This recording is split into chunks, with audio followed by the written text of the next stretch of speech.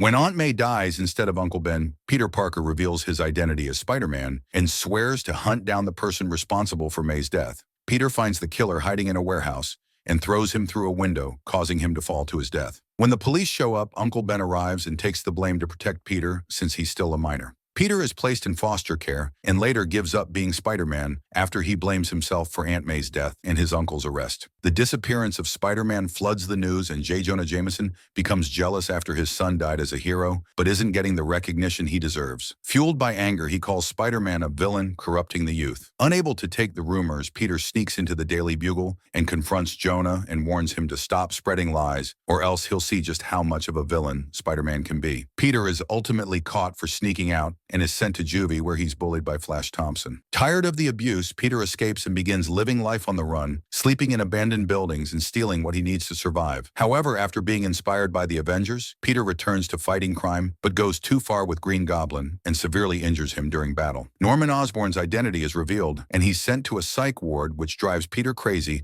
since he's killed hundreds of people, yet Uncle Ben is the one sent to prison. Peter plans to rescue his uncle and breaks into his cell, but Ben refuses to leave since a life on the run isn't a life worth living. He then gives Peter the great responsibility speech and urges him to live with purpose and make Aunt May proud. Eventually, Peter graduates high school and falls in love with Mary Jane while attending university. After years of good behavior, Uncle Ben is finally released and becomes Peter's guy in the chair, helping Spider-Man fight crime from behind the scenes.